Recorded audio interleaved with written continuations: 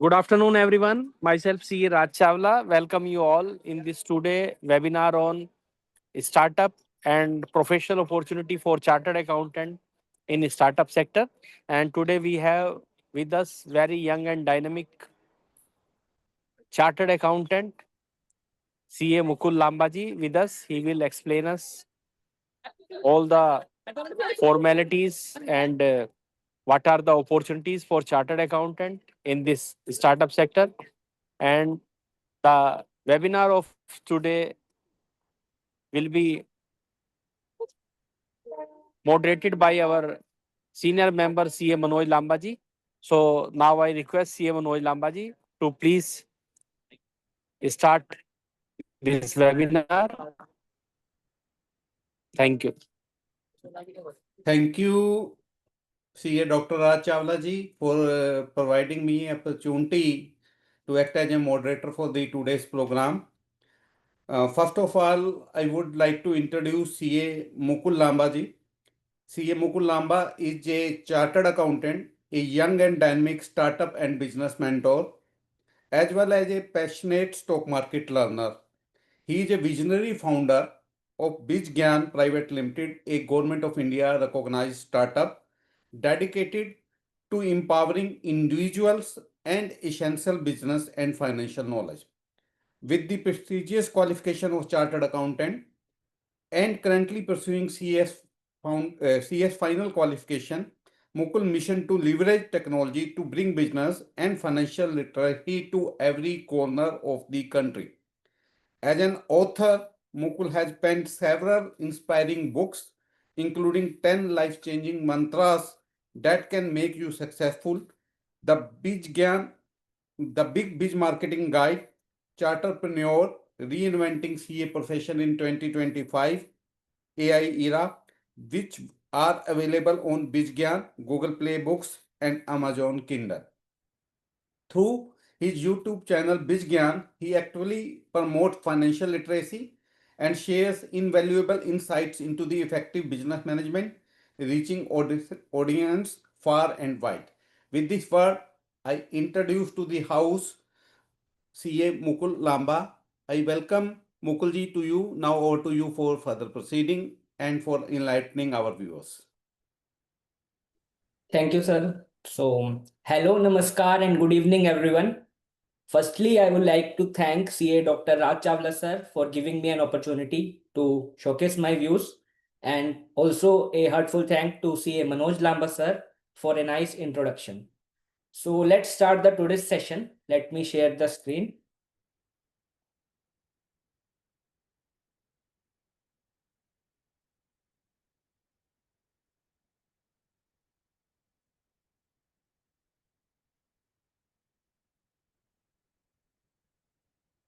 The screen is visible.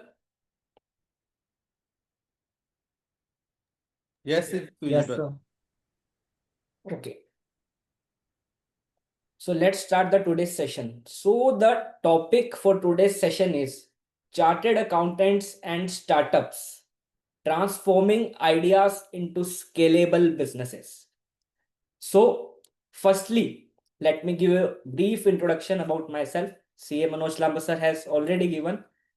So I am a recently qualified chartered accountant and I have authored more than 10 plus ebooks on entrepreneurship, chartered accountants, and AI.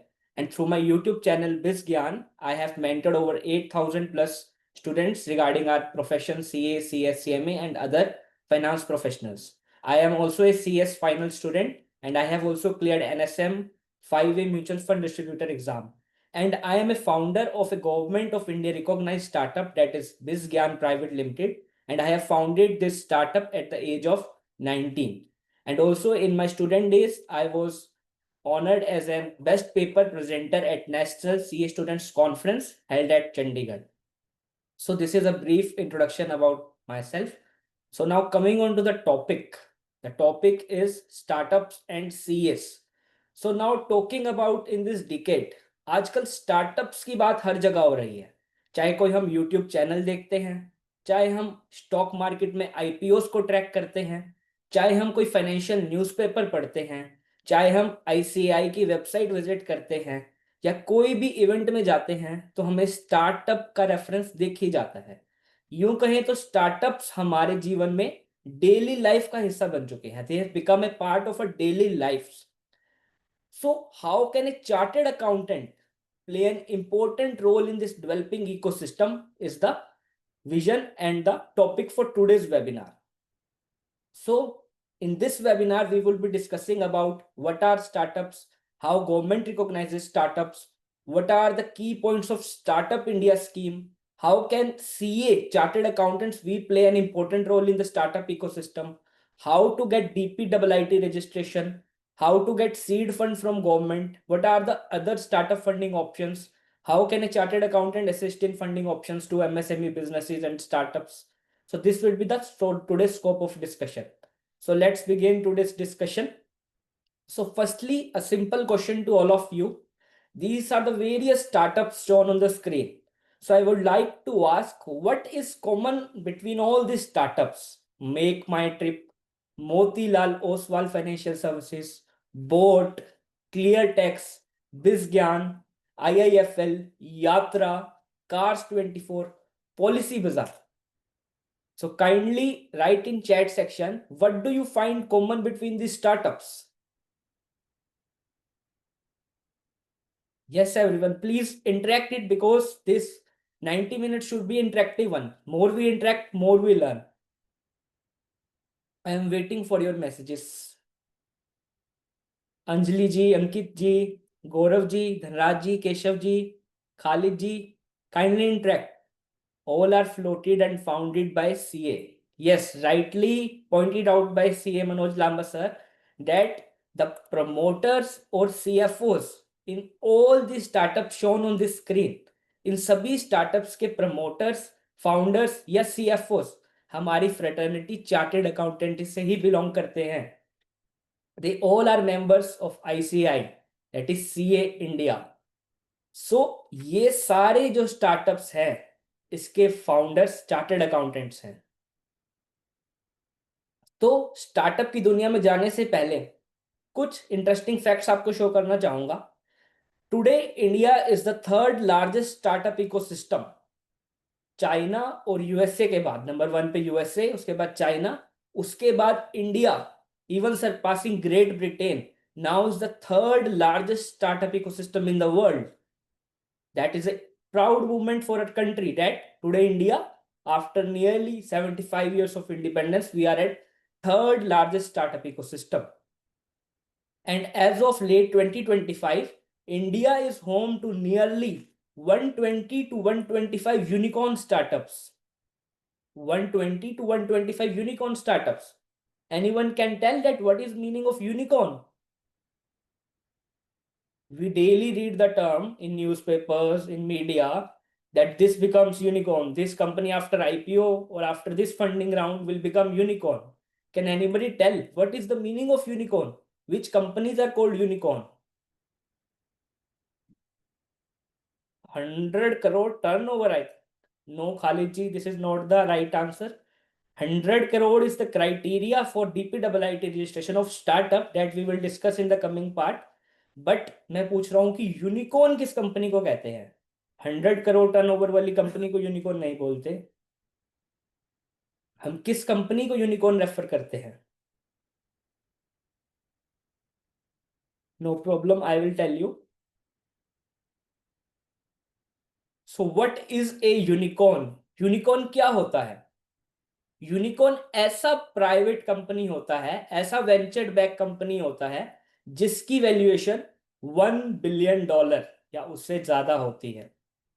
$1 billion या उससे ज्यादा. Nearly 8,500 crores or more. If $1 is equal to 85 rupees, so 8,500 crores plus जिस company का valuation हो जाता है either after funding उठाने के बाद, सीरीज ए का राउंड उठाने के बाद और आईपीओ आने के बाद, उस कंपनी को हम यूनिकॉर्न बोलते हैं. तो आज की डेट में हमारे भारत देश में 125 यूनिकॉर्न ऑलरेडी हो चुके हैं और 2021 में ही केवल 45 नए यूनिकॉर्न बने. In 2022, 45 new unicorn emerged. and Bengaluru is the largest hub of Indian startup ecosystem.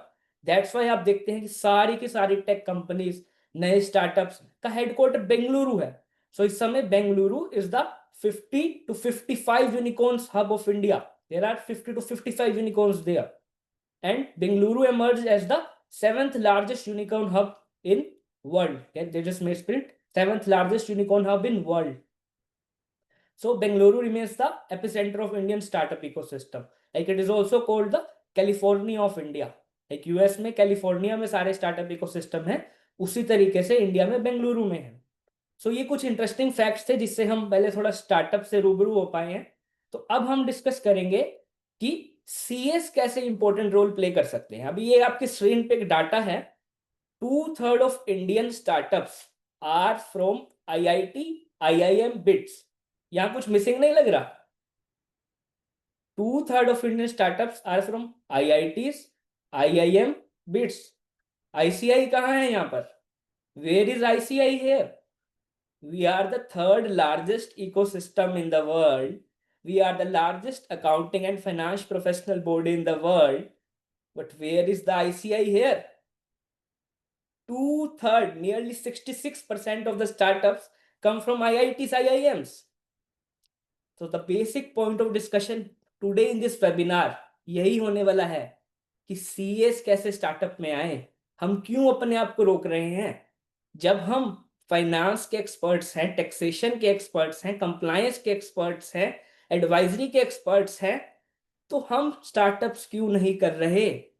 हम अपने क्लाइंट्स को स्टार्टअप क्यों नहीं करवा रहे? हम खुद क्यों नहीं एंटरप्रेन्योर बन रहे? क्योंकि हमारी डेडलाइंस ही खत्म नहीं होती, हमारी ड्यू डेट्स ही खत्म नहीं हो रही.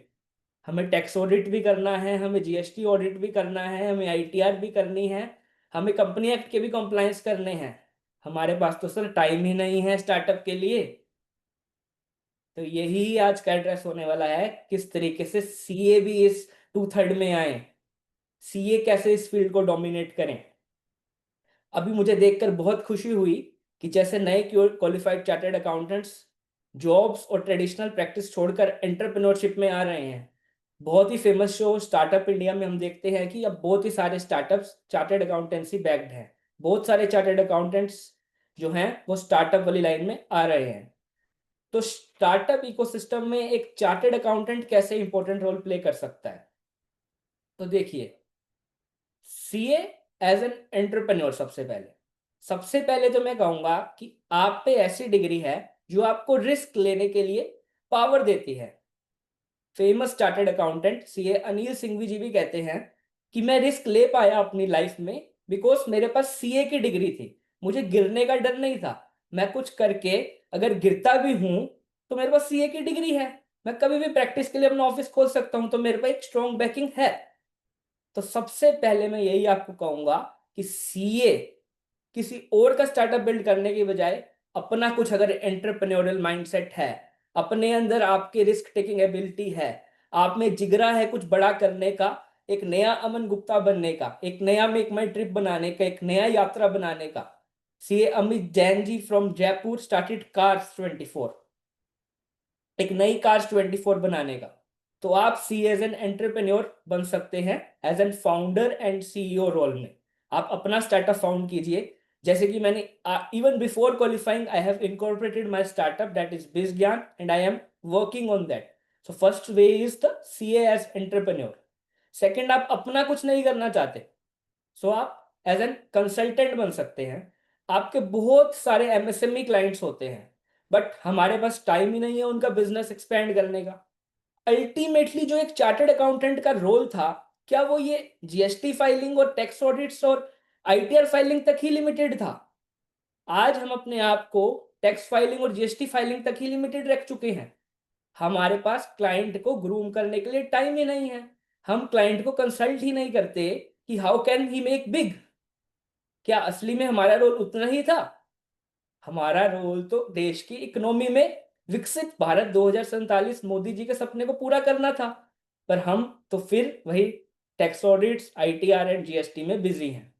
तो सेकंड जो रोल आप निभा सकते हैं वो अपने एमएसएमई क्लाइंट्स या छोटे जो आपके क्लाइंट्स हैं उन्हें किस तरीके से स्टार्टअप इंडिया में आपको रजिस्टर करवाना है, किस तरीके से उन्हें ग्रांट दिलवाना है, किस तरीके से उनकी पिच डेक प्रिपेयर करवानी है, उस सब में आप उनकी हेल्प कर सकते हैं। तो CA can act as an consultant.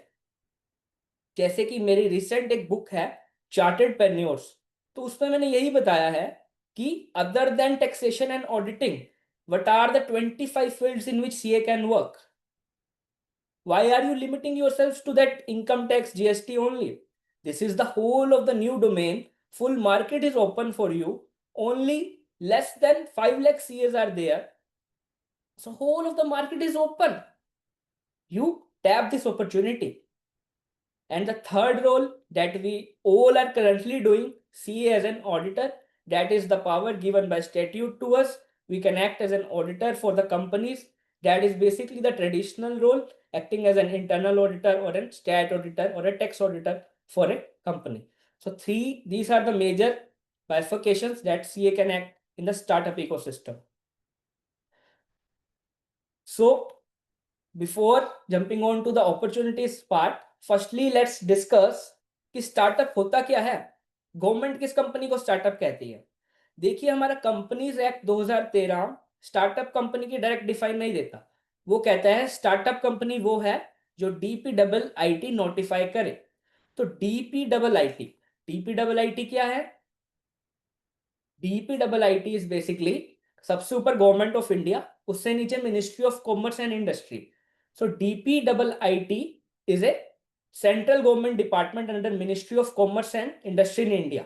ये जो डिपार्टमेंट है यही आपको स्टार्टअप इंडिया में रजिस्ट्रेशन देगा, यही आपको ATIC के लिए रजिस्ट्रेशन देगा इंटर मिनिस्ट्रियल बोर्ड के थ्रू, जो हम आगे डिस्कस करेंगे। इसी का पर्पस है कि इंडिया में स्टार्टअप इंडिया मिशन को आगे ले जाना। तो DPIIT की जो डेफिनेशन है उसमें जो कंपनी सेटिस्फाई करती है उसी को हम स्टार्टअप बोलेंगे। तो स्टार्टअप चेक करने के लिए क्या जो कंपनी है वो स्टार्टअप एलिजिबल भी है, क्या वो स्टार्टअप बोले जाने के लिए एलिजिबल भी है, उसके लिए क्या क्या कंडीशंस होंगी। तो उसके लिए 5 कंडीशंस हैं। सबसे पहली कंडीशन, कंपनी 10 साल से ज्यादा पुरानी नहीं होनी चाहिए। जिस दिन आपकी सर्टिफिकेट ऑफ इनकॉर्पोरेशन पे डेट है उस दिन से लेके 10 साल तक आप स्टार्टअप इंडिया में रिकॉग्नाइज हो सकते हैं एज एन स्टार्टअप।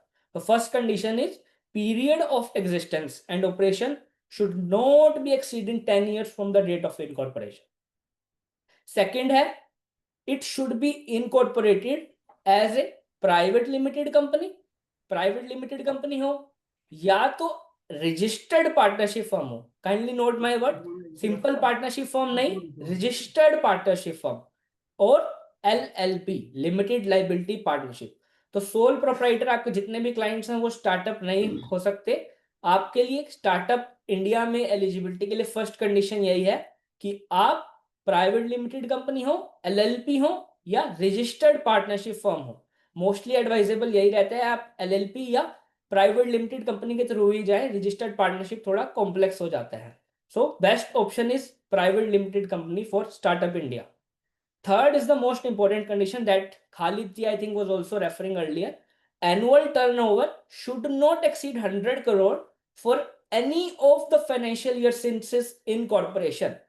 जिस 10 साल में आप स्टार्टअप हैं उस 10 साल में किसी भी साल में आपका 100 करोड़ रुपए से टर्नओवर ऊपर नहीं होना चाहिए।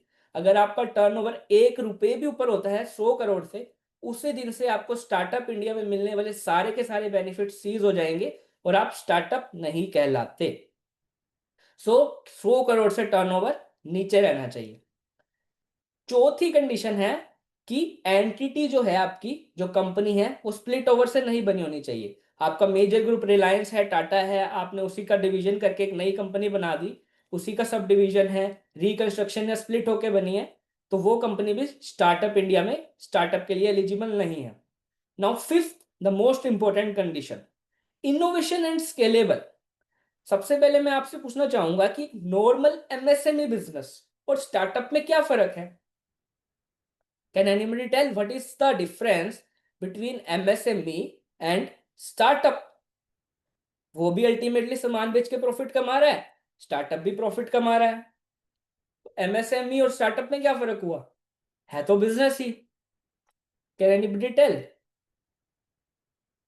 Is OPC eligible for startup? Gaurav ji, Gaurav ji, OPC is regarded as a private limited company only. So yes, OPC companies are eligible for startup. So improvement in product or service. Yes, one of the factor is improvement in product or service. What other differentiates between a startup and MSME? The one word answer is vision. See, आपके गली मोहल्ले में, आपके surrounding में एक छोटी सी shop है Gupta opticals की भी, वो भी चश्मे बेच रहा है। और दूसरी ओर हमारे पीयूष बंसल जी, जिनका रिसेंटली अभी आईपीओ आया बहुत ही हायर वैल्यूएशंस पे, तो वो भी चश्मा बेच रहे हैं, गुप्ता ऑप्टिकल्स भी।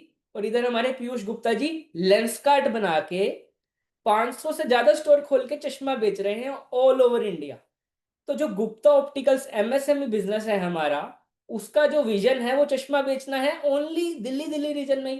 अगर वो दिल्ली में है तो दिल्ली में बेचेगा, चंडीगढ़ में तो चंडीगढ़ में बेचेगा, और पूरे चंडीगढ़ में भी नहीं, सिर्फ अपने सेक्टर में, अपने रीजन में ही। बट लेंस कार्ट के पीयूष गुप्ता जी ने विजन देखा कि मुझे चश्मा बेचना है, पूरे इंडिया में बेचना है, इंडिया के बाद वर्ल्ड में भी 150 स्टोर खोल दिए और आज आईपीओ भी ले आए। तो जो ये विजन है ना, ये एमएसएमई और स्टार्टअप को अलग बनाता है। विजन होना सिर्फ काफी नहीं, उसके बाद आपकी टेक्नोलॉजी भी होनी चाहिए। सो जो पांचवी कंडीशन है वो यही कहती है, जो स्टार्टअप बिजनेस है वो कुछ इंप्रूवमेंट पे काम करे, वो कुछ डेवलपमेंट में काम करे, और स्केलेबल बिजनेस मॉडल हो। एक दुकान, चार दुकान, पांच दुकान या 5 आउटलेट खोलने से आप स्टार्टअप नहीं बन जाते।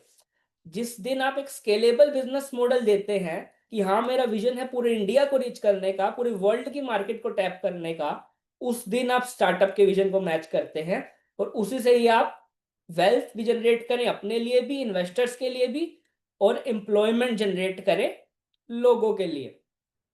तो ये 5 कंडीशंस आप सेटिस्फाई कर दीजिए, उसके बाद ही आप DPIIT पे, उनकी वेबसाइट पे स्टार्टअप इंडिया के लिए जा सकते हैं। तो ये 5 कंडीशन सेटिस्फाई होते ही आपका स्टार्टअप इंडिया का रजिस्ट्रेशन कंप्लीट हो जाता है एप्लीकेशन डालने के बाद। तो ये थी 5 कंडीशन जिससे कि हमारा स्टार्टअप में रजिस्ट्रेशन होता है। अब बेसिक क्वेश्चन आता है, क्यों स्टार्टअप्स, व्हाई स्टार्टअप्स? देखिए, हमारी 150 करोड़ की जनसंख्या हो चुकी है, पर सभी को नौकरी चाहिए। Everybody wants to become a job seeker. जब आप स्टार्टअप करेंगे तो आप जॉब सीकर नहीं। एक बहुत ही इंपॉर्टेंट टॉपिक पे बात करता हूँ। आज बात हो रही है कि आईसीआई बहुत अच्छा रिजल्ट दे रहा है, हर बारी 20-20 हजार सीए बन रहे हैं, एक साल में ही 50,000 सीए बन रहे हैं। बट कोई भी क्या एम्फेसाइज कर रहा है कि सीएस जो बन रहे हैं वो अपनी क्वालिटी कैसे इंप्रूव करें? वो रेदर देन कहते हैं जॉब मार्केट अच्छी नहीं है, रेदर देन जॉब मार्केट को स्टडी करने के लिए why don't you decide to become a job provider, कि मैं अपना स्टार्टअप खोलता हूँ, कोई बात नहीं 20,000 क्या 50,000 सीए भी होंगे। हमारे प्रेसिडेंट सर नंदा सर कहते हैं कि we will do 50 lakh CS by 2050। So उन 50 लाख सीए को देने के लिए मैं आज एक बिजनेस शुरू करता हूँ। 50 लाख क्या, मेरे 1 करोड़ भी होंगे अगले 10 साल में, तो मैं उनको भी बिजनेस दूंगा।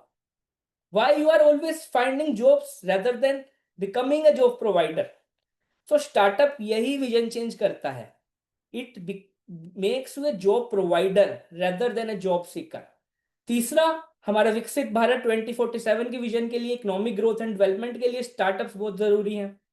और फर्स्टली एंटरप्रेन्योरशिप और स्टार्टअप बूस्ट होता ही होता है, जिससे गवर्नमेंट भी हमें प्रमोट कर रही है ताकि एम्प्लॉयमेंट अपॉर्चुनिटीज जनरेट हो। तो that's why startups are important. So एक कमेंट है, agro products companies also on startup.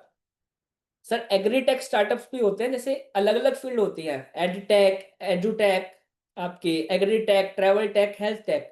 सो जो एग्रीकल्चर में प्रोडक्ट्स काम कर रही है कंपनी, डेफिनेटली अगर वो प्राइवेट लिमिटेड कंपनी है और वो सारी क्राइटेरिया सेटिस्फाई करती है, तो किसी भी तरीके की कंपनी स्टार्टअप में रजिस्टर कर सकती है।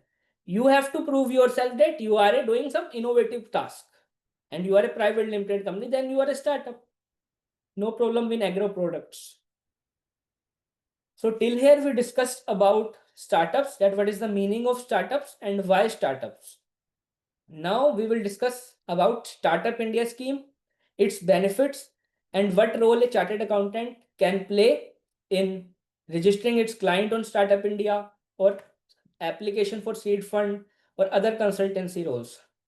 So now till now, if any questions is there, we can take up for another 1 minute. After that, we will start with Startup India scheme. If till here anybody has any question, can write in the chat section.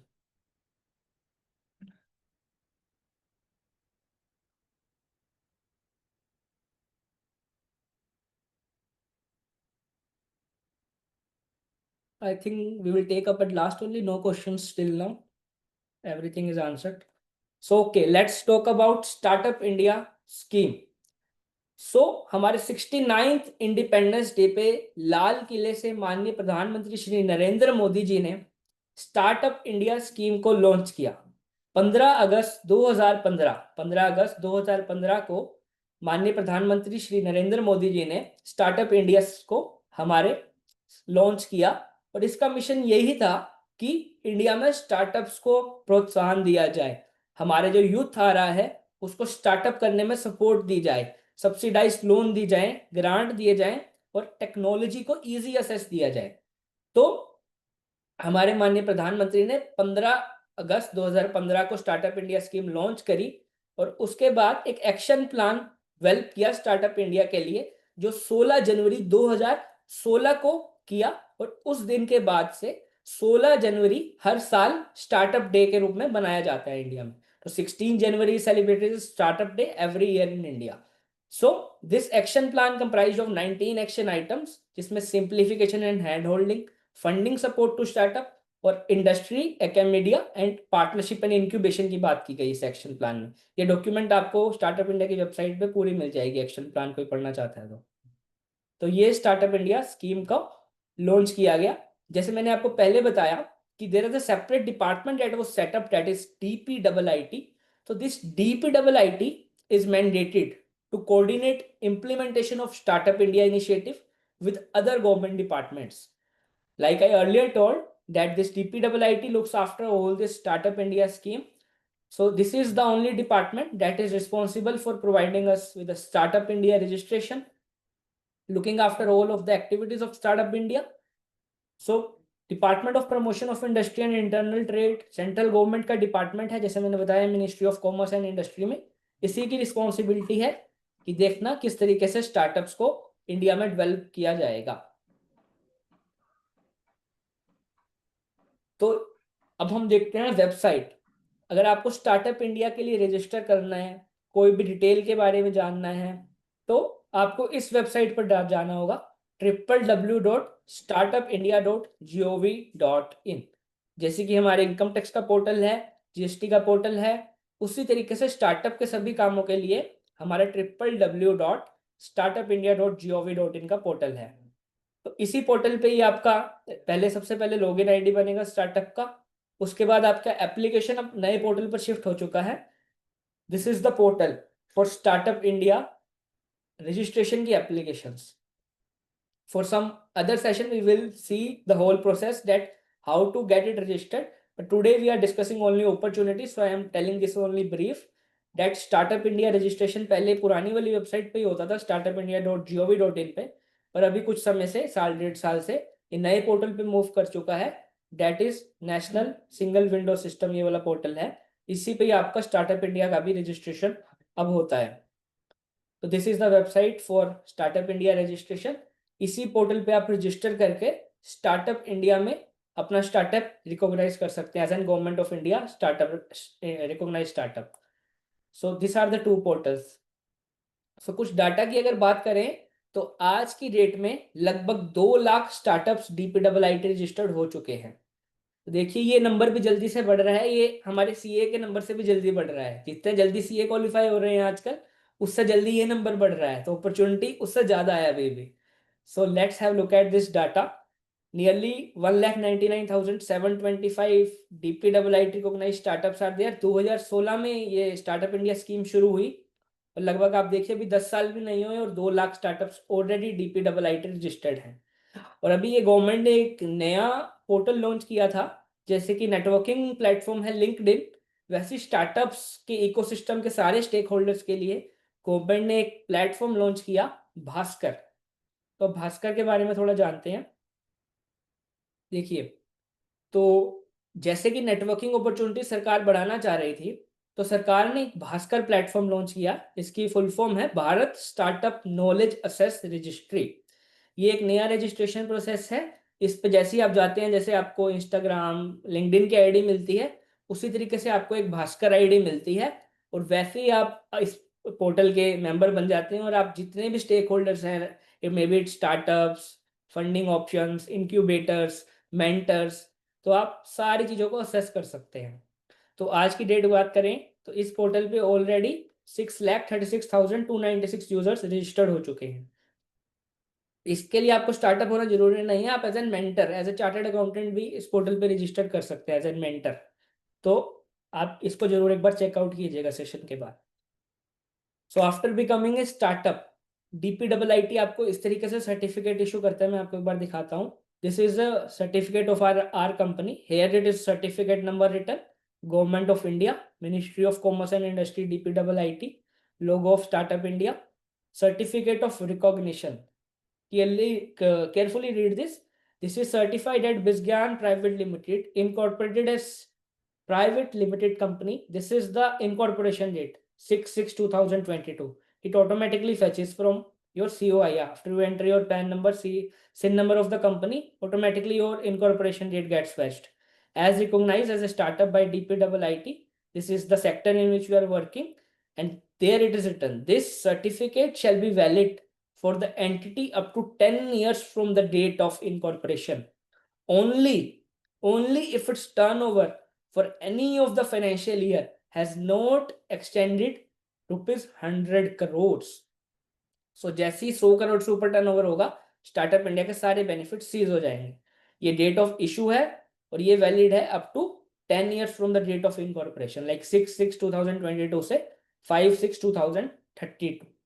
जैसे ही आपका registration हो जाता है, application approve हो जाती है, तो इस तरीके का सर्टिफिकेट आप भी अपने क्लाइंट के लिए, अपने स्टार्टअप के लिए यहाँ से डाउनलोड कर सकते हैं पोर्टल से। तो अब क्वेश्चन आता है कि स्टार्टअप इंडिया, सर हमने रजिस्टर तो करा लिया, आपने बता भी दिया कि स्टार्टअप इंडिया है, अब सीए इसमें क्या रोल प्ले करे? देखिए, सबसे पहले तो आपको अपने क्लाइंट्स को परस्यू करना पड़ेगा, समझाना पड़ेगा कि स्टार्टअप क्या है। जैसे हम डिस्कस कर रहे हैं, जो आपको लगता है प्रोस्पेक्टिव क्लाइंट, उसको समझाना पड़ेगा कि भैया बड़ा बनना है तो स्टार्टअप कर। अगर एमएसएमई में एक दुकान, एक फैक्ट्री तक ही सीमित रहना तो वहीं रह, बट अगर बड़ा करना है कुछ तो स्टार्टअप कर। और स्टार्टअप में जैसे ही रजिस्टर्ड होते हैं, वो पूछेगा क्या बेनिफिट है, तो आपको उसको ये समझाना है, जो मैं आपको अब बताऊंगा कि DPIIT रजिस्टर्ड स्टार्टअप को हमारी सरकार क्या क्या बेनिफिट्स दे रही है। तो सबसे पहले आपको इंटेलेक्चुअल प्रॉपर्टी राइट्स में, अभी मैं एक ब्रीफ बता रहा हूँ, उसके बाद डिटेल में डिस्कस करते हैं एक एक पॉइंट, कि इंटेलेक्चुअल प्रॉपर्टी राइट्स में हमें बेनिफिट मिलता है। IPR में आपके ट्रेडमार्क, पेटेंट्स, डिजाइन्स के लिए आप जब एप्लीकेशन फाइल करते हैं, उसकी फैसिलिटेटर की फी आपको माफ हो जाती है। रिलेक्शन इन पब्लिक प्रोक्योरमेंट ड्रॉम्स, आपको जेम पोर्टल पे सेस मिलती है। अर्नेस्ट मनी आपको डिपॉजिट करने की जरूरत नहीं, आपको इजिली गवर्नमेंट के टेंडर्स में अप्लाई करने को मिलता है। लेबर और एनवायरनमेंट लो, जो फैक्ट्री वाले क्लाइंट्स के लिए बहुत इंपॉर्टेंट होते हैं, इसमें आप सेल्फ सर्टिफिकेशन कर सकते हैं, इंस्पेक्शन की जरूरत नहीं, आप खुद अपने आप को सेल्फ सर्टिफाई कर सकते हैं पोर्टल पर जाकर। फंड फॉर स्टार्टअप्स क्रिएट हुआ है। इंसॉल्वेंसी, IBC, आप 90 दिन के अंदर आपका अगर काम नहीं चलता, सबसे ज्यादा क्लाइंट को दिक्कत रहती है कि सर मैं स्टार्टअप तो कर लूँ, नया बच्चा आता है वो स्टार्टअप तो कर लूँ, बट अगर नहीं चला तो क्या करेंगे? तो सरकार आपको फैसिलिटी देती है, IBC में 90 दिन के अंदर आप वाइंड अप कर सकते हो।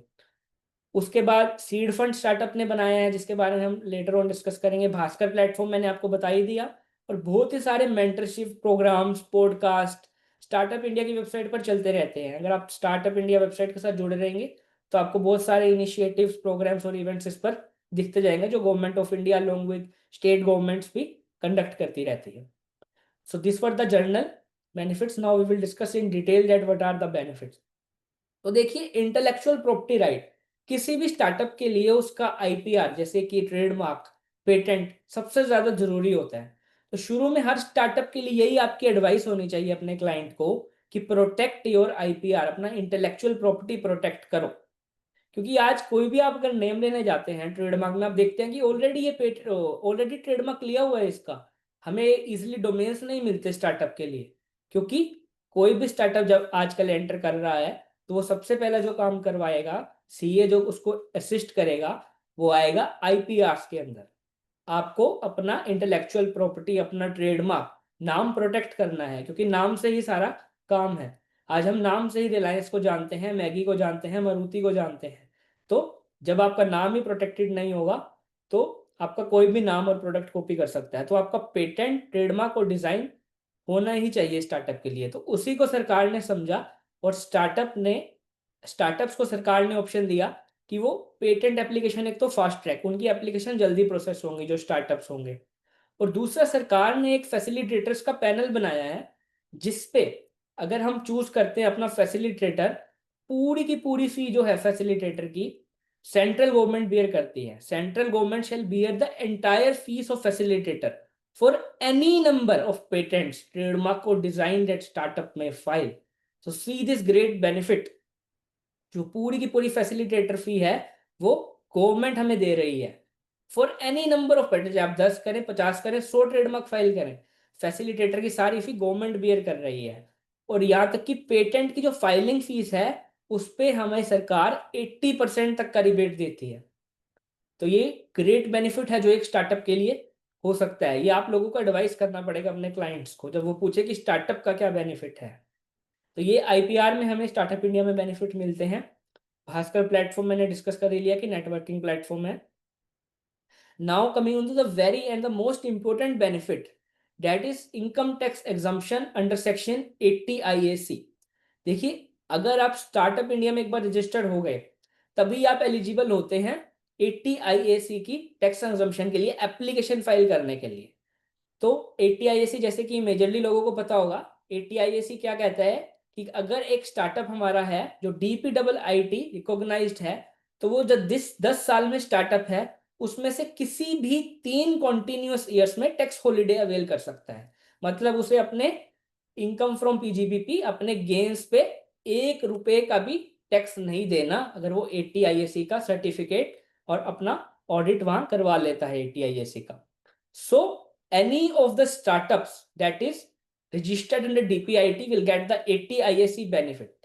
बट सुनने में ये बहुत अच्छा लग रहा है, बट ये 80 IAC टैक्स एग्जम्पशन लेना इतना भी इजी नहीं है। इसका प्रोसेस काफी वाइड है।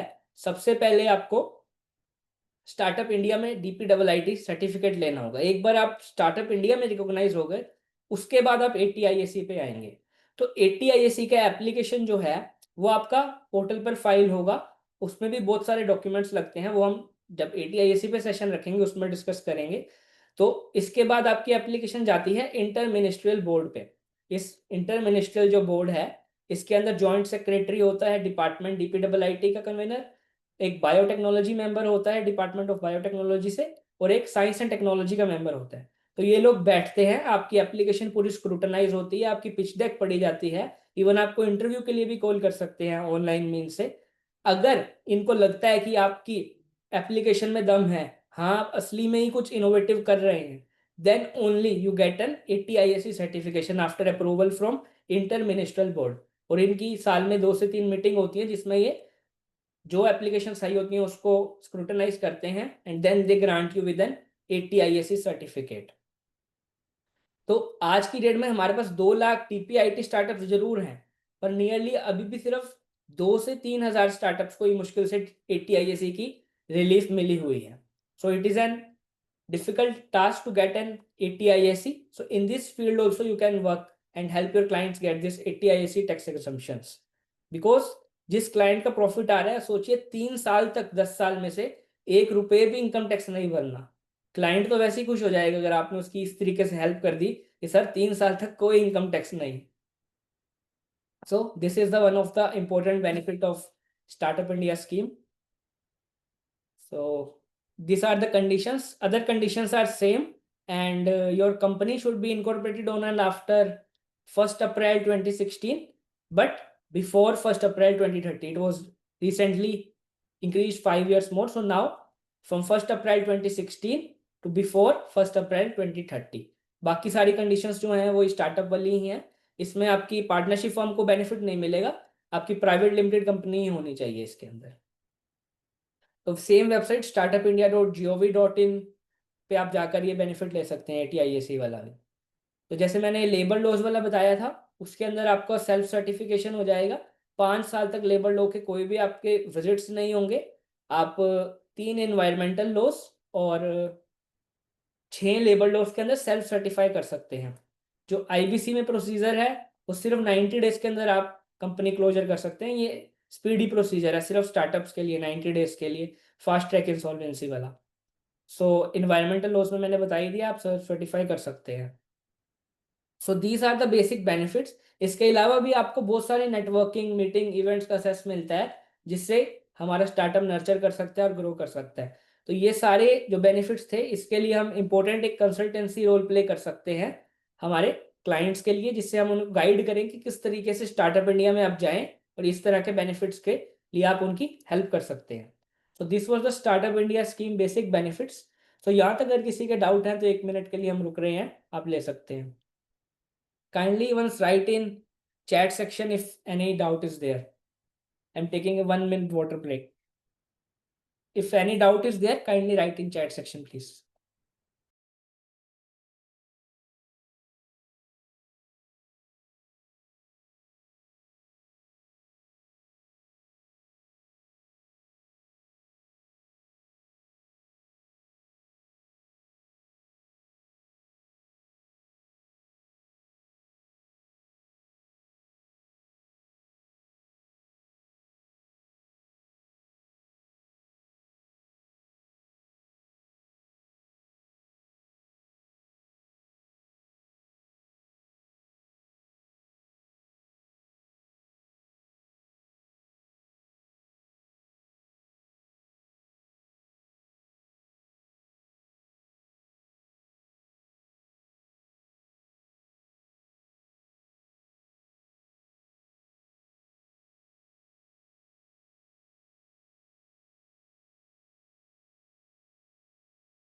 No questions still here?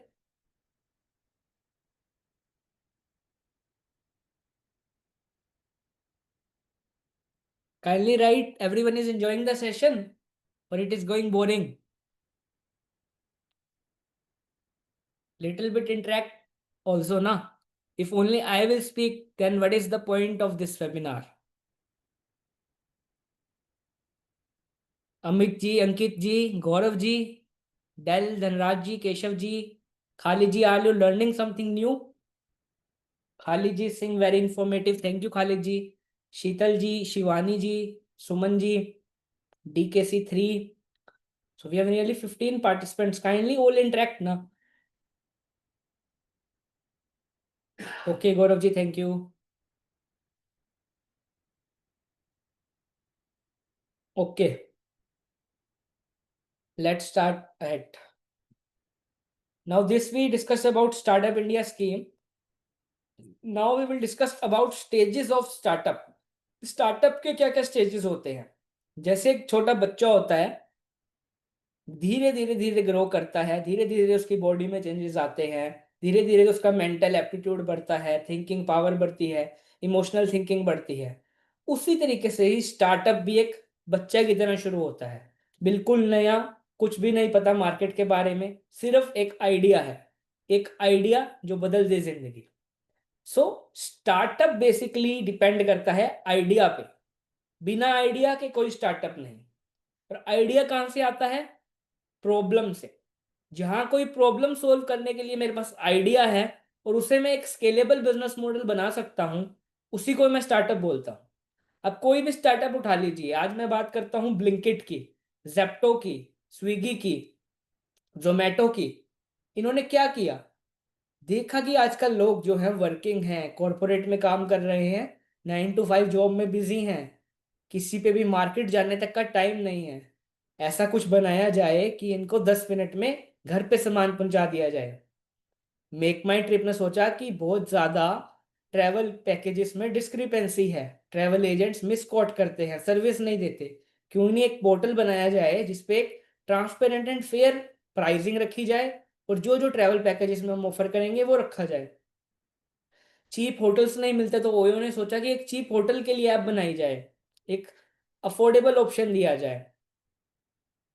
उबर ने सोचा, ओला ने सोचा कि बहुत सारी जगह पे आज भी मोनोपोली है कैब ड्राइवर्स की। सही समय पे कैब नहीं मिलती, सही रेट्स पर कैब नहीं मिलती। क्यों ना एक ऐसा एप्लीकेशन बनाया जाए जिससे आपको तुरंत ही कैब मिल जाए आपकी जगह पर आपके समय पर। सो ये सब क्या थी? प्रॉब्लम्स।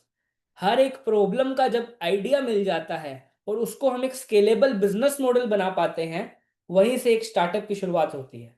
तो पहला स्टेज है आइडिया। आइडिया में क्या करता है एक एंटरप्रेन्योर? वो मार्केट रिसर्च करेगा, कॉम्पिटिटिव एनालिसिस करेगा, नेमिंग करेगा, ब्रांडिंग करेगा। और ये सारे स्टेजेस में मैं ये स्टेजेस क्यों दिखा रहा हूँ? क्योंकि ये जो आइडिया और लॉन्च का स्टेज है ना, यहीं पे ही हमारी वर्थ है सर। यहीं पे ही वो आप पर आएगा, वहीं पे ही वो सीए को पूछेगा, वहीं पे ही वो प्रोफेशनल एडवाइस लेगा कि सर मैं कैसे करूं, मेरे पास पैसा तो है, मेरे पास आइडिया तो है, but how to invest it in, कहाँ ये पैसा डालूं, कैसे करूं? Then you are the right person to help that guy. So entrepreneur वहां पर मार्केट रिसर्च करेगा, आप ही वहां पे उसकी पिच रिपोर्ट बनाने में हेल्प करोगे, फाइनेंशियल मॉडलिंग में हेल्प करोगे, उसको कॉम्पिटिटिव एनालिसिस करके दोगे, नेमिंग एंड ब्रांडिंग करेंगे। इस सब चीज में सीए हेल्प करेगा। उसके बाद आता है स्टेज ऑफ लॉन्च। एक बार आइडिया बन गया, अब लॉन्च करने की बारी है। उसकी वेबसाइट कैसे बनानी है, कंटेंट मार्केट कैसे होगा, वर्ड ऑफ माउथ कैसे होगा, उसमें हमकी असिस्टेंस होगी। उसके बाद वैलिडेशन एंड डिसीजन। आइडिया भी बन गया, लॉन्च भी हो गया, अब कस्टमर तक कैसे पहुंचना है, द मोस्ट इंपॉर्टेंट स्टेज। बहुत सारे स्टार्टअप्स जो है वो अच्छा आइडिया भी सोच लेते हैं, एग्जीक्यूट भी कर लेते हैं, लॉन्च भी कर लेते हैं, but the biggest problem, how to reach the customer. पहला कस्टमर कैसे पाएं, पहला फंडिंग राउंड कैसे उठाएं, क्या हमारा जो प्रोडक्ट है वो मार्केट के लिए फिट भी है, क्या हम जो मार्केटिंग कर रहे हैं वो सही ऑडियंस को चैनलाइज हो रही है। उसके बाद बात आती है ग्रोथ की। जब ये सब हो जाएगा तो अपने आप को ग्रोथ दिखेगी, अपने आप वो एक छोटा एमएसएमई क्लाइंट आपको बड़ा होता दिखेगा, क्योंकि अब उसने वो विजन चेंज कर लिया है, उसने अपना सेल्स का चैनल चेंज कर लिया है, उसने अपना माइंडसेट चेंज कर लिया है। और जब आप ग्रोथ स्टेज तक एक बार पहुंच जाते हैं, तब there is no looking back. तब आप उसको आगे के फंडिंग राउंड उठाएंगे, आप उसके बाद एसएमई आईपीओ लेके आ सकते हैं जिससे क्लाइंट की आप मदद कर सकते हैं, आईपीओ लेकर आ सकते हैं, प्राइवेट फंडिंग दिलवा सकते हैं, एंजल इन्वेस्टर से कनेक्ट करा सकते हैं, वेंचर फंड दिलवा सकते हैं। तो सीए का रोल तो भैया हर फील्ड में हर स्टेज पे रहने ही वाला है। तो ये 5 स्टेज में बेसिकली स्टार्टअप काम करता है और हर रोल में हमारा इक्वली इंपॉर्टेंट रोल है। नाउ द इंपॉर्टेंट क्वेश्चंस कम कि स्टार्टअप बन गया सर, आइडिया भी था, मैंने अपने पैसे भी खर्च दिए, अब जरूरत है फंडिंग की, अब कैसे मैं करूं? सबसे पहला जो क्वेश्चन वो पूछेगा, how much fund should I raise, मुझे कितना पैसा उठाना चाहिए? क्या मैं उतना पैसा उठाऊं ना जितना मैं वापस भी कर पाऊं? मैं आज पैसा उठा लूं पर मेरे पास वापस करने की कैपेबिलिटी ही नहीं है, मेरी बैलेंस शीट ही उतना डेटा अलाउ नहीं करती। So how much fund should I raise, here CA will help. When should I raise money, बहुत सारे ऐसे होते हैं कि हमारे पास कैपिटल तो है, वो अपना पैसा डाल सकते हैं, तो क्या उसको शुरू में इक्विटी डाइल्यूट करनी चाहिए? क्या उस पे पैसा होते हुए भी उसे किसी बाहर वाले को अपनी कंपनी में इक्विटी शेयर होल्डर बना लेना चाहिए? ये क्वेश्चन में उसकी सीए हेल्प करेगा फाइनेंशियल मॉडलिंग के through. At what stage I should not, किस स्टेज पे मुझे पैसा नहीं लेना चाहिए, मेरी कंपनी बहुत अच्छा ग्रो कर रही है, मेरा अपनी कैपिटल से ही काम हो रहा है, सब्सिडाइज बैंक लोन से ही काम हो रहा है, क्या मुझे अपना प्राइवेट फंडिंग करनी चाहिए, क्या मुझे एंजल इन्वेस्टर्स को कॉन्टेक्ट करना चाहिए? Who will guide? Here the role of C again comes. What should be the relevant source of finance for me? मुझे शुरू में सीड फंड लेना चाहिए, बूट स्ट्रैप ही रहना चाहिए, रिलेटिव से लोन लेना चाहिए, बैंक से लोन लेना चाहिए, गवर्नमेंट का सीड फंड लेना चाहिए, इंक्यूबेट होना चाहिए या नहीं? So many questions. एक नया एंटरप्रेन्योर जब बच्चा मार्केट में एंटर करता है, एक नया बिजनेसमैन जब एक बिजनेस शुरू करता है, so there are thousands of question in his mind. So who will help? We are the most suitable and the most eligible persons to help them. But we also need to change our mindsets that we will grow only when our client will grow. That is the role of a consultant. I am talking about the consultant role. If you are yourself an entrepreneur, then you are working for your company only. You are investing your knowledge and your degree in your company only. But if you are acting as a consultant, You will grow only when your client will grow. So these all are the questions. Can a pre-revenue startup also get funding? Sir मेरे पास idea है, हम shark tank पे देखते हैं बहुत सारे startups आते हैं जिनके पास सिर्फ आइडिया होता है, अभी ना तो रिवेन्यू जनरेट होना शुरू हुआ है ना अभी मोबाइल एप्लीकेशन बना है, बट तब भी वो 50 लाख 1 करोड़ तक का फंड रेस करके चले जाते हैं। तो क्या प्री रिवेन्यू फंड भी आप रेस कर सकते हैं? How much equity should I give? एक स्टार्टअप को पैसा चाहिए, वो अपना डाइल्यूशन प्लान बना रहा है कि उसको कितने इक्विटी देनी है, कितने पैसे के लिए, वैल्यूएशंस कौन करेगा? Who will give that valuations? We chartered accountants again. How should I give equity when I am unable to value a startup? आज एक बिजनेस है, उसे 10% डाइल्यूट करना है, वो मार्केट में कितने पैसे मांगे कि उसको एक्यूरेट वैल्यू भी मिल जाए और कंपनी की भी वैल्यूएशन ज्यादा इफेक्ट ना हो? Then CA will guide. Who will connect them to the investors? Who will take them to the summits, leadership funnels, or who will provide them with the right equity structure, right capital structure? Whole of the picture is in our hand, sir. पूरी की पूरी picture एक CA के हाथ में ही है sir. तो ये फंड रेजिंग क्वेश्चंस थे जिसमें हम बहुत ही इंपॉर्टेंट रोल प्ले कर सकते हैं। जैसे कि मैंने बात करी कि हमारे फंडिंग ऑप्शंस क्या क्या हैं। बेसिकली जो हमारे फंडिंग ऑप्शंस है बूटस्ट्रैपिंग। बूटस्ट्रैपिंग मीन्स आप अपना ही फंड यूज कर रहे हैं, सेल्फ फंडिंग ओनली। सो ये एक ऑफ द इफेक्टिव वे है। जब आपको शुरू करना है कुछ तो आप अपने फैमिली या फ्रेंड से पैसा लीजिए, आपकी अपनी सेविंग से जब शुरू करते हैं तो उसको हम बूटस्ट्रैप स्टार्टअप बोलते हैं। Next is the crowd funding, जिसमें आप अपना आइडिया पिच कर दें कि I am working on this idea, मुझे इस तरीके का बिजनेस करना है, तो आप क्राउड फंडिंग यूज कर सकते हैं। बेसिकली ये सोशल स्टार्टअप्स के लिए यूज होता है जो कुछ सोशल में काम कर रहे हैं, जैसे कीटो पे आप लिस्ट देखते हैं, फंड लाइन में इन पे देखते हैं। Basically crowd funding is for some social message at social में जो स्टार्टअप काम कर रहे हैं, कुछ एनवायरनमेंट के लिए, कुछ मेडिकल में, तो क्राउड फंडिंग उसके लिए एक सोर्स है। Next is the angel investors, जैसे कि बहुत ही फेमस हमारे एंजल इन्वेस्टर थे great mister Ratan Tata sir, Vijay Shekhar Sharma founder of Paytm, हमारे सचिन बंसल नवी जो हमारे फ्लिपकार्ट के को फाउंडर थे पहले, अनअकैडमी, क्राउन इट, विटीफीड, बहुत सारे जो एक स्टार्टअप्स थे इनको शुरू में एंजल इन्वेस्टर्स ने ही हेल्प किया जो आज ग्रो कर पाए हैं। वेंचर कैपिटल, वेंचर कैपिटल आपको कब आता है? जब आप थोड़ा ग्रो कर जाते हैं, आप फंडिंग में इनिशियल राउंड रेस कर लेते हैं, जब आपको बड़ा अमाउंट रेस करना है, अपनी इक्विटी डाइल्यूट करनी है, तब वेंचर कैपिटल का रोल आता है। तो वेंचर कैपिटल आपके प्रोफेशनली मैनेज फंड हाउसेज होते हैं। तो वेंचर कैपिटल हाउस में भी आप as a chartered accountant important role play कर सकते हैं। वहां पे स्टार्टअप को इन्वेस्ट करने के लिए आप दूसरी साइड आ जाइए। अगर आप एक वेंचर कैपिटल कंपनी में हैं तो किस वैल्यूएशन में मुझे पैसा लगाना चाहिए, उस स्टार्टअप की क्या वर्थ है, क्या जितने पैसे मैं उसकी इक्विटी के लिए दे रहा हूँ 10% के लिए, 5% के लिए, क्या वो मेरी वैल्यू मैच कर रहे हैं, और अदर ऑप्शंस क्या है, मैं इसी कंपनी में क्यों 5% डालूं जब मार्केट में 1000 कंपनियां और हैं। तो इस सब के लिए हम उनको गाइड करेंगे। तो यहाँ पे बहुत सारी फेमस जो वेंचर कैपिटलिस्ट हैं, Helion Ventures, SL Partner, Bloom Venture, SoftBank, Nexus Venture, बहुत सारे वेंचर कैपिटलिस्ट का यह नाम लिखा हुआ है, आप पढ़ सकते हैं। उसके बाद आता है इंक्यूबेटर एंड एक्सेलरेटर। जैसे कि बहुत सारे इंक्यूबेटर एंड एक्सेलरेटर हैं, अर्ली स्टेज बिजनेसेस जो हैं उस पे आपका इंक्यूबेटर रोल प्ले करता है। Incubator is basically like a parent to a child, तो बिल्कुल आपको इंक्यूबेशन की फैसिलिटीज देगा, आपको मार्केटिंग करने सिखाएगा। इंडिया में बहुत सारे इंक्यूबेटर्स हैं। जब आप गवर्नमेंट को सीड फंड के लिए अप्लाई करते हैं तो आपको इंक्यूबेटर सेलेक्ट करना होता है, that who will be my incubator, that I will show you in the later part of the presentation. So incubator are like a parent to child that nurtures an early age startup.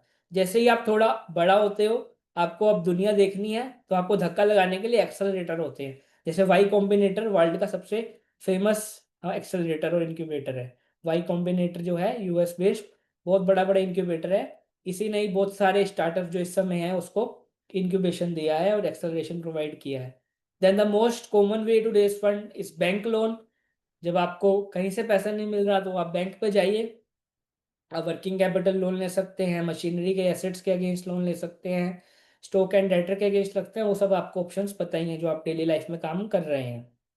तो ये bank loans के through हो गया।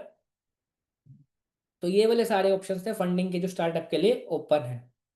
Now comes the startup India seed fund. देखिए दोस्तों, startup India seed fund में जाने के लिए हमें चाहिए एक नया स्टार्टअप, एक छोटा, जैसे हम कहते हैं ना सीड फंड, बीज, जब एक सीड को पानी दिया जाता है तो वो बनता है वो स्टार्टअप इंडिया सीड फंड। मैं एक वीडियो दिखाना चाहूंगा आपको सीड फंड के लिए।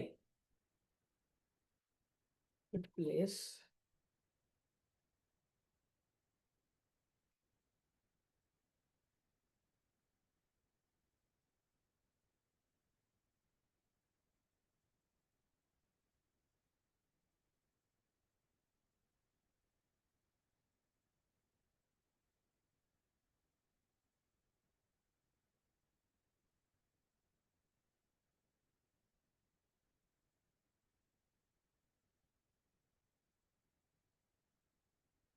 Is video visible?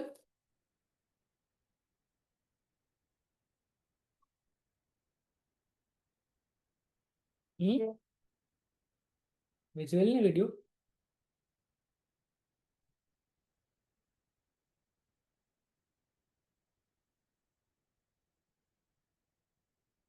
अब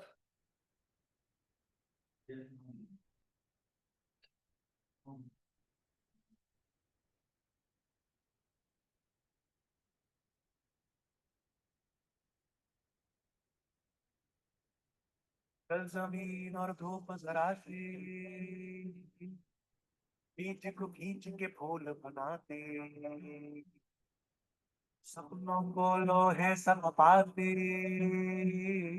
सपनों को दुल्हन सा सजाते, सपनों के जो कसमों में कच्ची पगडंडी की दस्तों पे एक अकेला चलता जाए, आम का दरिया जलता जाए। Better luck next time. अगली बार पक्का है बेटा? No no no no no no.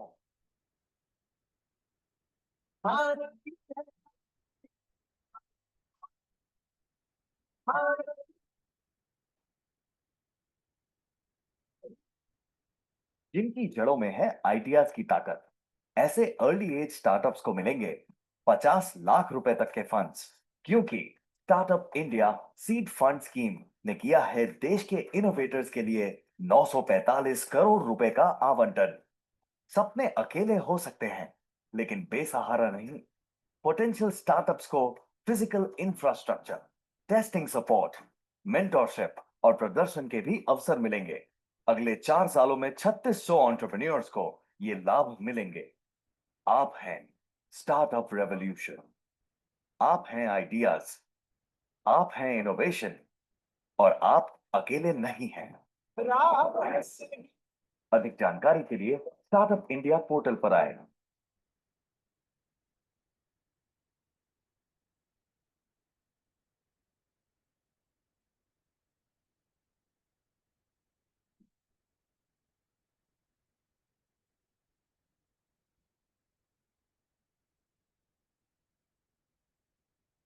So this was the video about startup India seed fund. जैसे कि वीडियो में देखा, उसको बैंक ने मना कर दिया, उसके रिलेटिव ने मना कर दिया, उसके फैमिली ने मना कर दिया, उसके लोकल लेंडर ने मना कर दिया, तब उस पे आया स्टार्टअप इंडिया सीड फंड। तो स्टार्टअप इंडिया सीड फंड एक फैसिलिटी है अर्ली एज स्टार्टअप्स के लिए, जिसमें गवर्नमेंट आपको अप टू 20 लैक्स तक का नॉन रिफंडेबल ग्रांट देती है। It is a non refundable grant, ऐसा पैसा जो आपको वापस नहीं करना। 20 लाख तक का नॉन रिफंडेबल ग्रांट। और अगर आप उनका माइलस्टोन रीच करते हैं, आप उनको सेटिस्फाई कर पाते हैं, उसके बाद 50 लाख तक का आपको सब्सिडाइज लोन मिलता है। एज एन कन्वर्टेबल डेट हो सकता है, डिबेंचर हो सकता है, debt can be upon the terms and conditions, but it can be up to ₹50 lakh after 20 lakh. मतलब टोटल 70 लाख तक की एलिजिबिलिटी है एक स्टार्टअप के लिए सीड फंड की। जैसे कि वीडियो में दिखता है कि वो बाद में सीड फंड अप्लाई करता है, उसकी हेल्प होती है। तो स्टार्टअप इंडिया सीड फंड क्या है, इसकी क्या क्या एलिजिबिलिटी है, इसको कैसे हम अवेल कर सकते हैं, अगले 10 से 15 मिनट में हम जानते हैं। तो स्टार्टअप सीड इंडिया फंड जो, जैसे मैंने बताया, अर्ली एज स्टार्टअप के लिए है। जब एक स्टार्टअप अपने प्रूफ ऑफ स्टेज कॉन्सेप्ट में है, डेवलपमेंट में है, मार्केट ट्रायल में है, मार्केट एंट्री करने जा रहा है, तब उसको सीड फंड मिलता है। ऐसा नहीं कि आपकी पीएल में टर्नओवर ऑलरेडी 1 करोड़ हो चुकी है और आप कहते हो मुझे 20 लाख का सीड फंड दे दो, नहीं। जब आप एक नए स्टार्टअप है, मार्केट में एंटर कर रहे हैं, तभी आप सीड फंड के लिए एलिजिबल हैं। तो जो स्टार्टअप्स एलिजिबल हैं वो सीड फंड की वेबसाइट पे जा सकते हैं। तो किस तरीके से सीड फंड काम करता है, how startup India seed fund will operate. The seed fund will be dispersed to eligible startups through eligible incubators across India. बहुत सारे इंक्यूबेटर्स हैं जो इस सीड फंड की वेबसाइट पर रजिस्टर्ड हैं, उनका पूरा डाटाबेस मेंटेन्ड है, तो वो आपको इससे जोड़ता है। ये जो पोर्टल है वो एक छोटे स्टार्टअप को इंक्यूबेटर से जोड़ता है। सबसे पहले DPIIT में आपका रजिस्ट्रेशन हो गया, उसके बाद एक एक्सपर्ट एडवाइजरी कमेटी बनाई गई है जो इस सीड फंड को देखती है। उसके अंदर रजिस्टर्ड हैं इंक्यूबेटर्स जो गवर्नमेंट असिस्टेड भी हो सकते हैं और private non assisted government incubator भी हो सकते हैं। तो जब ये इंक्यूबेटर्स इस पर रजिस्टर्ड हो जाते हैं, उसके बाद स्टार्टअप्स, DPIIT रजिस्टर्ड स्टार्टअप्स इस पे रजिस्टर करके सीड फंडिंग के लिए एप्लीकेशन डाल सकते हैं। तो अब हम कंडीशंस देखेंगे कि कौन कौन से जो स्टार्टअप्स हैं वो सीड फंड के लिए एलिजिबल होते हैं। तो सबसे पहली कंडीशन जो है, आप DPIIT में जिस दिन रजिस्टर्ड हुए, आपको 2 साल से ज्यादा नहीं होना चाहिए। Incorporated not more than 2 years एगो eight the time of application. आपकी इनकॉर्पोरेशन डेट जो COI से है उसमें आप 2 साल जोड़ दीजिए। अगर आप उससे ज्यादा समय बाद एप्लीकेशन डाल रहे हैं तो आप सीड फंड के लिए एप्लीकेबल नहीं है। आपको सीड फंड में एलिजिबल होने के लिए मिनिमम 2 साल तक ही वैलिडिटी है आफ्टर आपकी इनकॉर्पोरेशन डेट। सेम आपका मार्केट आइडिया होना चाहिए, कमर्शलाइजेशन होना चाहिए और स्कोप ऑफ स्केलिंग होना चाहिए। और आपको जो स्टार्टअप है वो टेक्नोलॉजी यूज करे कोर प्रोडक्ट और सर्विस पे, बिजनेस मॉडल में, डिस्ट्रीब्यूशन मॉडल में, और एक प्रॉब्लम सॉल्व करें जैसे कि हमने पहले बात करी थी। और प्रेफरेंस दिया जाएगा स्टार्टअप को जो सोशल इंपैक्ट क्रिएट कर रहे हैं, जैसे कि waste management, water management, financial inclusion, education, agriculture, food processing, biotechnology, health care, energy, mobility, defence, space, railways, oil, gas, textile. तो क्लाइंट आप पे आता है कि सर किस चीज का बिजनेस करें। कुछ कुछ क्लाइंट्स तो ऐसे भी आते हैं ना कि बिजनेस करना है बट सर किस चीज का बिजनेस करें।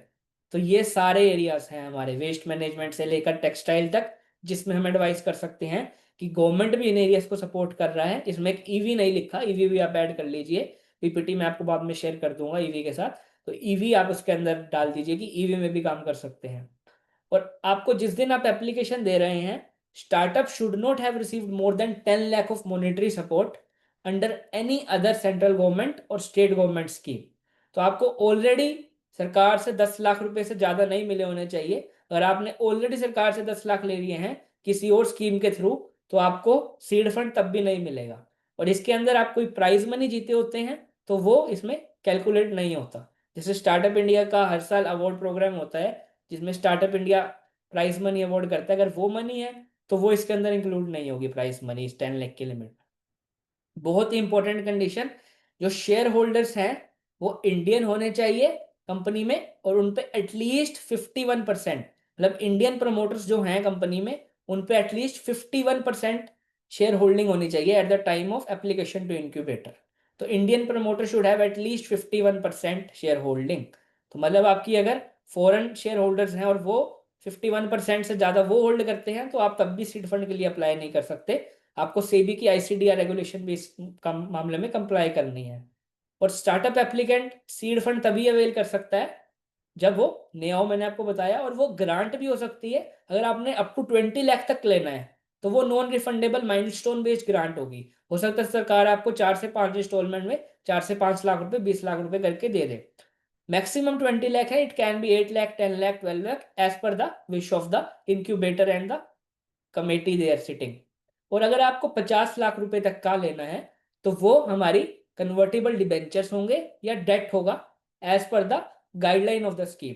और उसका इंटरेस्ट रेट जो है वो RBI का रेपो रेट है उससे ज्यादा नहीं हो सकता। मतलब आपको 6 से 7% मैक्सिमम, क्योंकि इतना ही है अभी रेपो रेट, इस पे आपको लोन मिल जाएगा अप टू 50 लाख रुपीज तक का। और वो कन्वर्टेबल डिबेंचर भी आप इशू कर सकते हैं कंपनी के। तो इससे अच्छी स्कीम कहाँ मिलेगी इस समय मार्केट के अंदर। तो ये आपकी अगर एलिजिबिलिटी सारी की सारी सही है तो आप आफ्टर DPIT का रजिस्ट्रेशन के बाद सीड फंड में भी अप्लाई कर सकते हैं। तो देखिए आपके लिए कितनी अपॉर्चुनिटीज खुल गई एक स्टार्टअप से ही। सबसे पहले उसका स्टार्टअप रजिस्टर कराइए, प्राइवेट लिमिटेड कंपनी बनवाइए पहले, फिर 80IAC है, अभी एंजल टैक्स खत्म हो चुका है, पहले तक वो भी था। उसके बाद आप सीड फंड में एप्लीकेशन कर सकते हैं, उसके बाद इंक्यूबेटर से उसको जोड़ सकते हैं। तो अपॉर्चुनिटीज ही अपॉर्चुनिटीज हैं सर इस इकोसिस्टम में, आप एक बार आइए तो सही। उसके बाद अगर इंक्यूबेटर रजिस्टर कराना है, अब आप पे स्टार्टअप क्लाइंट नहीं है, आप पे क्लाइंट है पैसे वाला, उसको पैसा देना है, उसको इन्वेस्ट करना है, उसको स्टार्टअप्स को नर्चर करना है। तो इंक्यूबेटर कैसे बनाया जाए, उसके लिए इंक्यूबेटर के लिए आपकी लीगल एंटिटी होनी चाहिए, चाहे वो सोसाइटी है, ट्रस्ट है, या प्राइवेट लिमिटेड कंपनी भी चलेगी, और या कोई भी स्टैट्यूटरी बॉडी जो एक्ट ऑफ लेजिस्लेचर में बनी हो। तो आपकी लीगल एंटिटी होनी चाहिए, यहाँ पे आपकी प्राइवेट लिमिटेड कंपनी ही होनी चाहिए। कंपनी एक्ट के अंदर आपकी दूसरी तरीके की कंपनी नहीं चलेगी, जैसे कि लिमिटेड कंपनी भी यहाँ नहीं लिखा हुआ, private limited company word use है ओनली। एंड आपकी पार्टनरशिप फॉर्म एंड LLP भी यहाँ नहीं है। Society, trust, private limited company और statutory body created through act of legislature. तो एक्ट ऑफ लेजिस्लेचर के थ्रू जो प्राइवेट बॉडी, स्टैट्यूटरी बॉडी बनी है, वो भी एलिजिबल है इंक्यूबेटर के लिए। तो इंक्यूबेटर जो है वो एटलीस्ट 2 years ऑपरेशनल होना चाहिए, कम से कम 25 बंदों की सिटिंग होनी चाहिए। Section 8 company, CS Gaurav Thakkar ji, Section 8 company is like I need to once check with Section 8 company, because here society, trust and private limited company is written. NGO. Section 8 company is for specific domain and it's limited. So I will check and get back to you, Gaurav ji, after the session. And next condition is that incubator should have at least 25 individuals. Incubator must have at least 5 startup. Already incubator के पास 5 startup होने चाहिए application date में, और incubator पे full time एक CEO होना चाहिए। ऐसे कि नहीं आपने नाम के लिए इंक्यूबेटर बना दिया और आप उसके अंदर कोई काम नहीं करे। 5 स्टार्टअप ऑलरेडी उसके अंदर काम कर रहे हो इंक्यूबेशन में, और फुल टाइम एक CEO हो, और जो इंक्यूबेटर है वो अपने फंड से पैसा डिस्ट्रीब्यूट करेगा, थर्ड पार्टी की इक्विटी, थर्ड पार्टी की फंडिंग नहीं लेके करेगा कि आप खुद इंक्यूबेटर बना के बैंक लोन लेके आके दे रहे हो, ऐसा नहीं। आप खुद अपने पैसों से इंक्यूबेशन में हेल्प कर रहे हो। ये सारी कंडीशन तब थी जब आप सेंट्रल गवर्नमेंट या स्टेट गवर्नमेंट द्वारा असिस्टेड है। अगर आप सेंट्रल गवर्नमेंट या स्टेट गवर्नमेंट द्वारा असिस्टेंस नहीं ले रहे, तब आप ऑपरेशनल होने चाहिए at least 3 years, must have 10 separate, तब आपकी कंडीशन चेंज होती है। यहाँ 2 साल 3 साल हो जाते हैं। जो सिटिंग कैपेसिटी थी वो आपकी 25 ही है, और 5 की बजाय यहाँ 10 स्टार्टअप्स हो गए हैं एप्लीकेशन डेट पे, और आपको 2 साल की अपनी एनुअल ऑडिट रिपोर्ट भी देनी पड़ेगी। और इसके अलावा कोई भी क्राइटेरिया जो एक्सपर्ट एडवाइजरी कमेटी आपकी देती है वो भी हो सकता है इसके अंदर। तो ये बेसिक कंडीशंस आप एक बार चेक करिएगा जब मैं आपको PPT शेयर करूंगा। तो ये इंक्यूबेटर के लिए है। तो अब 5 मिनट बात कर लेते हैं अपकमिंग एरियाज इन स्टार्टअप्स पे। 5-10 ऑलरेडी हो चुके हैं, तो हम 5 से 10 मिनट इस पे बात करते हैं, फिर मैं कंक्लूड करूंगा। तो अब इतनी सारी हमने स्टार्टअप पे ऑलरेडी डिस्कशन कर ली। जैसे कि हमने देखा कि पिछला डिकेड जो था वो एडटेक, फिनटेक स्टार्टअप्स का था। अब जो नया डिकेड होने वाला है उसके अंदर हम AI देख रहे हैं। तो India being the backbone of agriculture, AI agriculture startups में बहुत स्कोप है। आप आजकल देख रहे होंगे कि एग्रीकल्चर बेस्ड स्टार्टअप्स बहुत एक्टिव हैं। India being the cultural hub, heritage hub of the world, travel tech में बहुत ज़्यादा स्कोप है। हेल्थ टेक में हम देख सकते हैं कि बहुत ज़्यादा स्कोप है, क्योंकि आजकल फुल्ली फिट कोई भी नहीं है। 100% फिटनेस बहुत ही कम लोगों में हो रही है। जिस तरीके से पोल्यूशन है, एनवायरनमेंट है, हवा है, पानी है, हर चीज़ में मिलावट है। तो हेल्थ टेक, जैसे कि आपकी AI किस तरह से हेल्थ टेक्नोलॉजी में काम कर रही है, उस तरह के स्टार्टअप बहुत सारे हमें आने वाले समय में दिखेंगे। Next is the green tech, क्योंकि इतनी टेक्नोलॉजी डेवलप कर रही है तो डेफिनेटली एनवायरनमेंट पे हार्म होता है, एनवायरनमेंट रिस्क पे रहता है। तो ग्रीन टेक स्टार्टअप जो सस्टेनेबली ग्रो करे, एनवायरनमेंट के लिए भी काम करें, उस तरीके के बहुत सारे स्टार्टअप आने वाले हैं। तो ये वाले बेसिक स्टार्टअप्स थे जो हम आने वाले समय में देखेंगे। और अभी जो डिकेड था वो एडटेक स्टार्टअप्स द्वारा डोमिनेटेड था। जैसे कि हम देख सकते हैं रिसेंटली अभी IPO क्लोज हुआ परसों ही, फिजिक्स वाला का, जो 30,000 रुपीज से यूट्यूब चैनल शुरू किए थे और आज 30,000 करोड़ का वैल्यूएशन लेकर बैठे हैं। तो पिछला जो पूरा का पूरा डिकेड था वो एडटेक स्टार्टअप और फिनटेक स्टार्टअप्स ने डोमिनेट किया। यूपीआई के लॉन्च के बाद कितने स्टार्टअप्स बड़े हुए। उसके बाद अब जो अगला डिकेड आने वाला है वो एग्रीकल्चर स्टार्टअप्स के नाम होगा, ट्रैवल स्टार्टअप्स के नाम होगा, एआई बेस्ड स्टार्टअप्स के नाम होगा, हेल्थ वाले सेक्टर्स में आएंगे, ग्रीन टेक सेक्टर्स में आएंगे। तो ये बेसिक डिस्कशन थी अपकमिंग एरियाज के रिगार्डिंग। तो कंक्लूजन में मैं यही कहूँगा कि बहुत सारी अपॉर्चुनिटीज हैं इस इकोसिस्टम के अंदर। जितना जल्दी आप उसको पकड़ लें वो आपकी विश है। इंडिया अभी भी डेवलपिंग कंट्री है। इस देश के यूथ में बहुत पोटेंशियल है। अगर हम उसको सही राह पर डालें, सही गाइडेंस दें तो definitely there is an huge potential. हम जल्दी जो ये थर्ड रैंकिंग पे हैं, जल्दी अगले 5 साल में ही 2047 विजन विकसित भारत से पहले ही नंबर 1 पर पहुंच सकते हैं स्टार्टअप रैंकिंग में। मैं यही कहूंगा, invest in India, that is going to be a big story. Entrepreneurship and technology combined with innovation is the base root of startup. And at last, her startup, her ghar startup. All the best, everyone. Hope it was a nice discussion and deliberation from my end. Thank you for patient hearing. And now, any questions are welcome in the chat section. It is over from my side. I handled the dice to CA Manoj Lamba sir for taking up any queries. So once again, thank you, CA Dr. Raj Chawla sir, for giving me a nice opportunity here. And over to you, CA Manoj Lamba sir.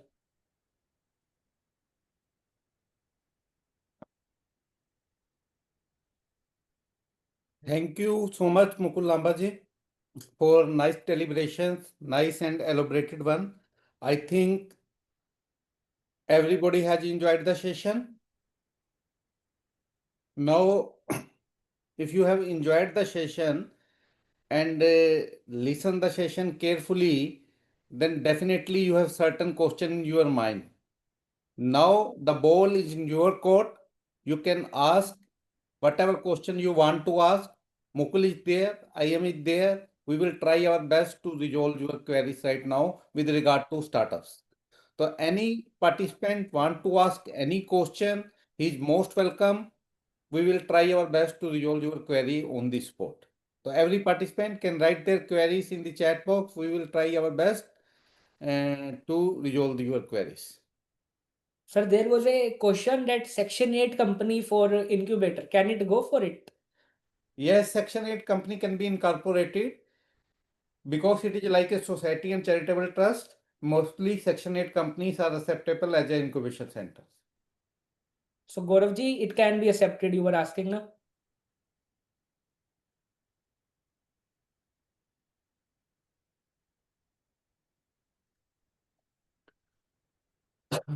Any other participant want to ask any other question?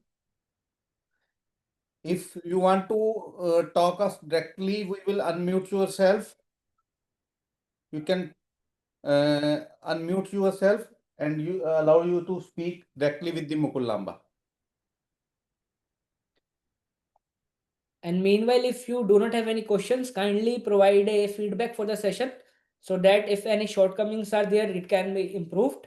And yes, PPT will definitely be shared, sir.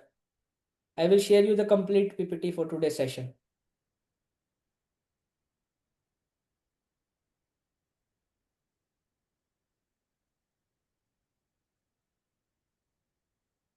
So if any shortcoming you feel or anything you think should have been covered in this session, you can definitely write the feedback. And if you enjoyed this session, then also you can appreciate the deliberation today we discussed here.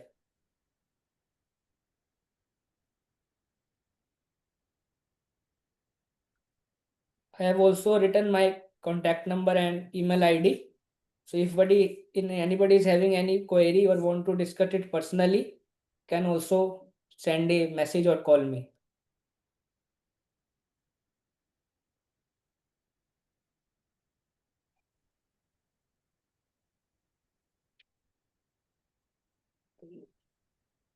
This is my email, camukullamba01@gmail.com, and above is my contact number. Thank you, Amit ji. If no question is there, should we wind up the session?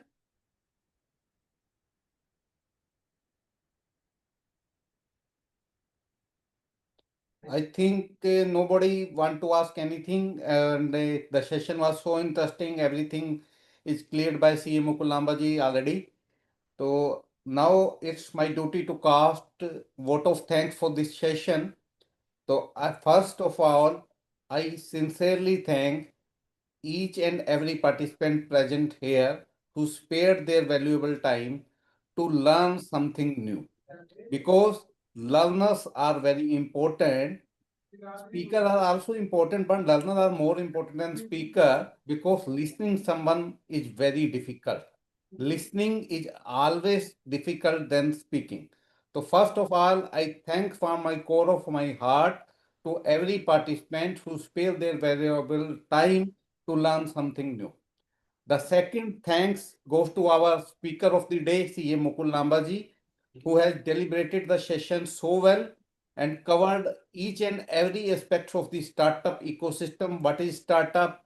How it works? What are the requirements of the startup? What are the schemes of the government? What are the stages of the startup? Almost a practical example given by them, by him, is very, very good. And he tries to cover everything with regard to startup ecosystem. So thanks once again to the Mukul Lambaji. Thank you so much, sir. And I also thanks to team NICAI for arranging such a wonderful webinars every Friday for our chartered accountant community. So I thank CA Dr. Raj Chawla and his team for organizing and arranging such a wonderful platform for organizing this webinar for the updation of our chartered accountant community. So thanks everybody. Now time to close the session. Namaskar from my side.